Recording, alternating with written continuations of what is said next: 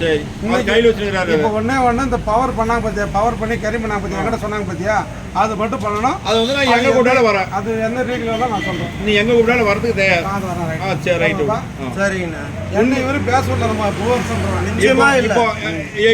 இருப்பா இப்போ வந்து உன்னுடைய சுயநலவோடதான் சொல்கிறேன். நீ தான் ஆமாப்பா. நீ இது ஜார் சொல்லி தான் மேட்டே சொல்லல. நீ வந்து சுயநலவோட தான் இப்போ அவர்கிட்ட வந்து பேசுற.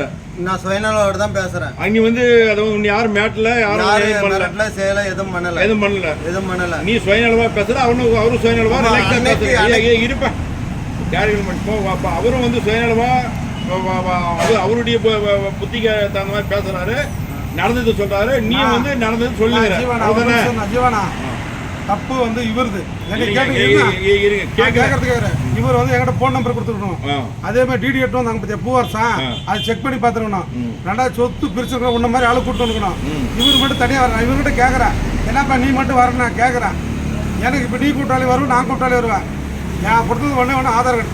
ஏன்னாப்பா ஒரு சொத்தோட கரிமன் நாங்கள் மாற்றிக்கிறோம் பண்ணது உண்மை.